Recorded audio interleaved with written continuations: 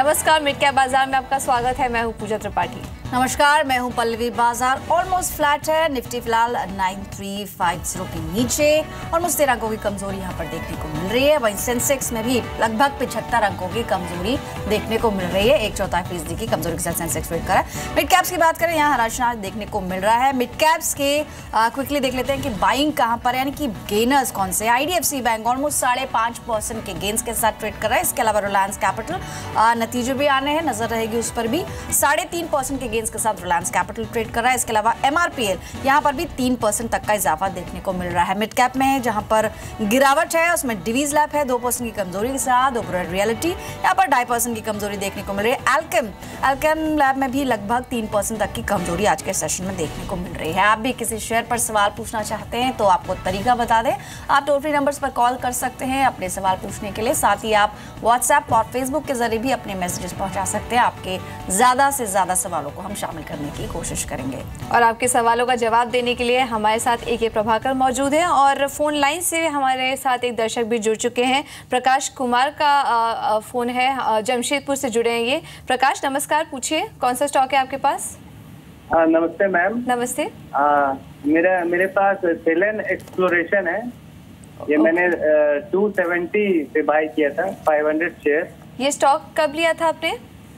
Ma'am ये 1 साल हो गया मैम। ओके, नुकसान हो रहा है आपको काफी, और कब तक रुक सकते हैं आप इस स्टॉक में? मैम मैं इस पे लॉन्ग टर्म के लिए भी रुक सकता हूँ। ओके। प्रभाकर, हाय, गुड आफ्टरनून। हमारे पास जमशेदपुर से एक कॉलर जुड़े हैं। इनके पास सेलन एक्सप्लोरेशन का स्टॉक है।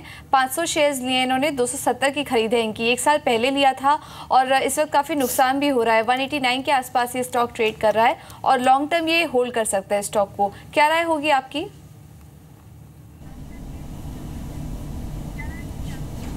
Good afternoon. See, this stock has been a gross underperformer, and crude also has crashed from the higher levels. It used to trade above $100. Now it is averaging around $50, and there is a huge competition in that space. And Cellon, it is a oil exploration company. It is there for a very long time. 1992 is when they were incorporated. So it is a very old company, but the business prospects are not so good. So no, I would advise him to shift on to the stock. If he thinks no, I can make some more money in the stock, then hold with a stop loss of 180. If that breaks, then it is going to be again a painful period. This stock has corrected from a very high level, and the correction has been because the business prospect or the visibility is not there. So I also feel visibility is bleak. Their earnings have been coming down. So it is better to shift on to better stock. Now I would advise Power Grid or GAIL or Reliance as a alternate pick rather than holding the stock. If he wants to hold on with this, hold with a stop loss.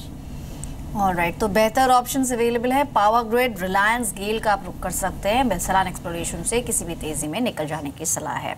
Phone line पर अपना सवाल पूछने के लिए भीष्म है बेंगलुरु से। नमस्कार भीष्म, पूछिए क्या सवाल है आपका। हाय, मैंने ऑलमोस्ट 1 साल पहले प्राज इंडस्ट्री 1000 शेयर्स लिए थे 88 पे। 88 पे? हाँ, 88 पे। और फिनोटेक्स अराउंड 33 पे 2000 शेयर्स। फिनोटेक्स में आपका भाव क्या है खरीद का? 33.13। 50.13, क्योंकि इनफैक्ट अगर प्राज को देखें तो लगभग आपकी खरीद के आसपास, यानी साल भर होल्ड करने के बाद भी आपकी खरीद के आसपास ये घूम रहा है। आज के सेशन में जरूर 4% की बढ़त इसमें देखने को मिल रही है, लेकिन मिस्टर प्रभाकर, प्राज इंडस्ट्रीज इतना समय होल्ड करने के बाद भी कोई खास मुनाफा नहीं है। क्या करना चाहिए अभी इसमें?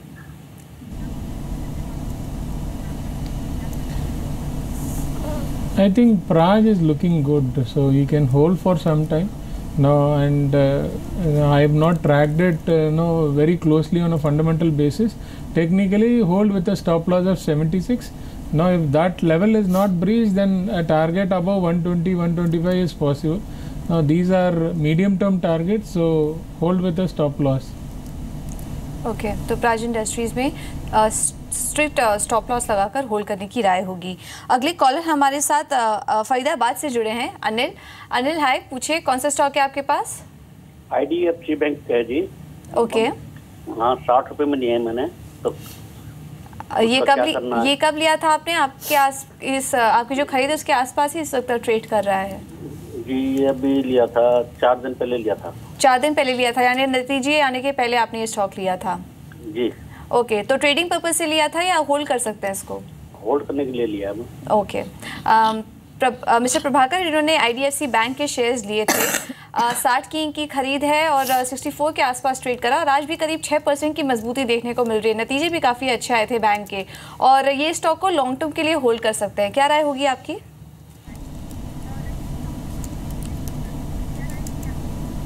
I feel so. No, this is a new age bank and the result has been very good and the stock has already rallied 10% for this week and going forward the gains will start to build up. Now the banking has changed. The domain is not about you going to the bank, it is about digital, and this bank is a very late entrant. It will take time. You need to have patience when you enter a new age bank. It got a license 1 year before and it will take another 2 years to generate very good return. If you have that patience, then hold on to IDFC Bank. If you are bit short term, then there are better alternate banks. PSUs will do very good. Alright, तो अगर short term के लिए आप देख रहे हैं तो और बेहतर विकल्प आपको मिल जाएंगे। यहाँ पर होल्ड ऑन करने की सलाह IDFC बैंक के अंदर। फोन लाइन पर गणेश है नागपुर से। नमस्कार गणेश जी, पूछिए क्या जानना चाहते हैं? गणेश जी अपना सवाल पूछे। उन तक संपर्क नहीं हो पा रहा है, लेकिन सवाल मैसेज के जरिए भी है। और गणेश जी शक्ति शुगर को लेकर जानना चाहते हैं। इनके पास क्वांटिटी काफ़ी है, 1182 के लेवल्स पर लिया हुआ है, ऑलमोस्ट इनकी खरीद से आधा हो चुका है। कमोडिटी ड्रिवन स्टॉक्स में अभी क्या सलाह है मिस्टर प्रभाकर? शक्ति शुगर 82 पे खरीदा था, 34 आज का प्राइस देखने को मिल रहा है।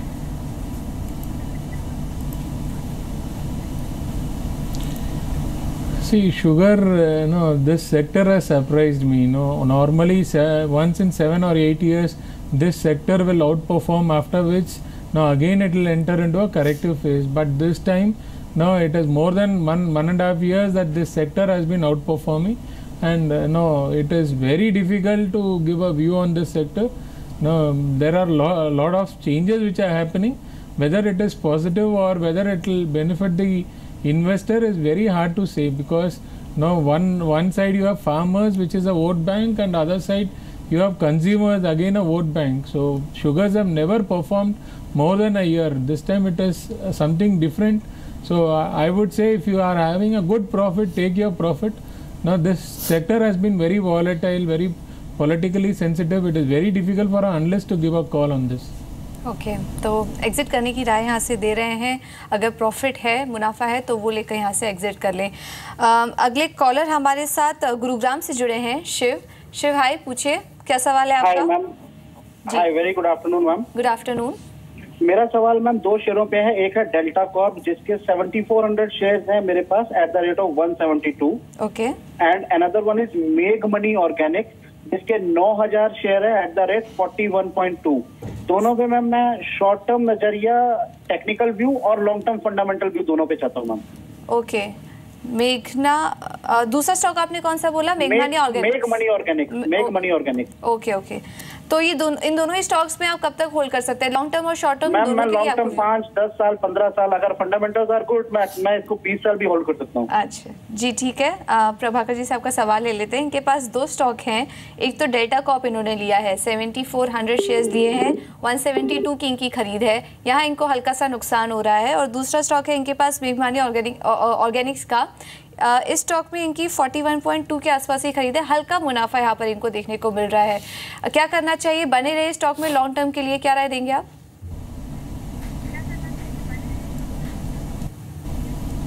See, Delta Corp, it is about how the government policy, how it is going to evolve.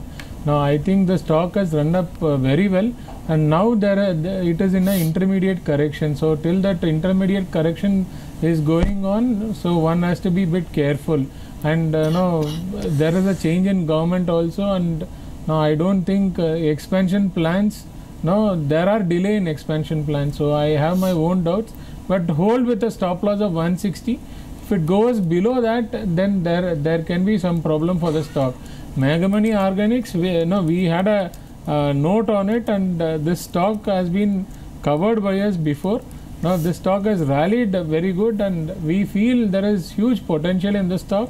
Now hold for a target of 55 with a stop loss around 37 rupees. 37 के स्टॉप लॉस के साथ इसमें बने रहने की सलाह आपको दी गई। फिलहाल 40 रुपए के आसपास का सर देखने को मिल रहा है। मनोज है बेंगलुरु से सवाल पूछने के लिए। मनोज जी नमस्कार, पूछिए कौन सा स्टॉक लिया है आपने?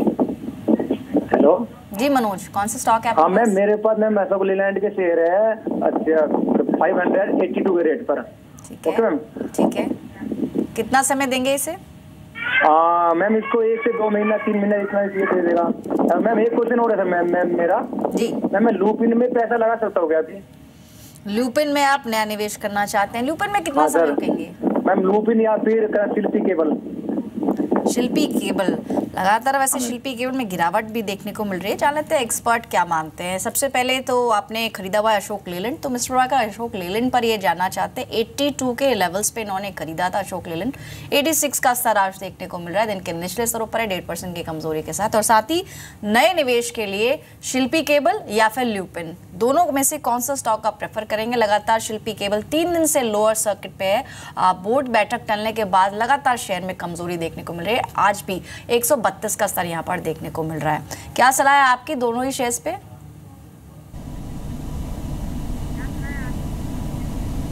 See, first I will take Ashok Leyland. Ashok Leyland, if you are a long-term investor, it looks very good. Short-term, there will be some pressure because GST, once it is introduced, everybody will postpone their buying and selling also. So I think that is one period you have to watch out. So I think Ashok Leyland, in short term, it is not looking so good. In a longer term, yes, we are very positive on Ashok Leyland. Lupin, at these levels, the stock is very attractive. But pharma, there are so many news flows which is impacting the stock and the sector. So it will take another 2-3 quarters for pharma stocks to perform. Till then, you need to have some patience. But the valuation wise, Lupin is very attractive at current levels. We have a buy on that stock.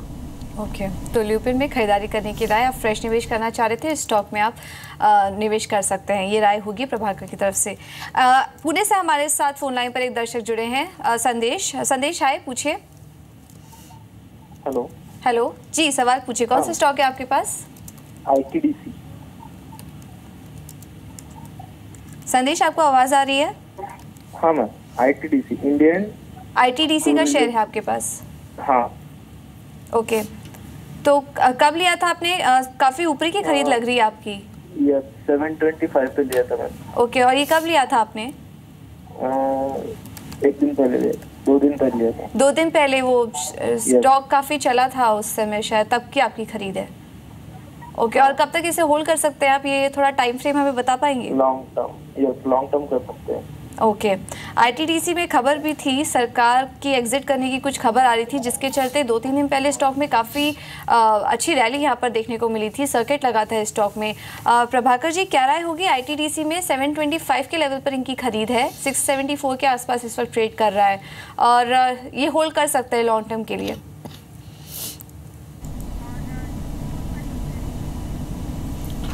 See, this stock has moved up on the news flows.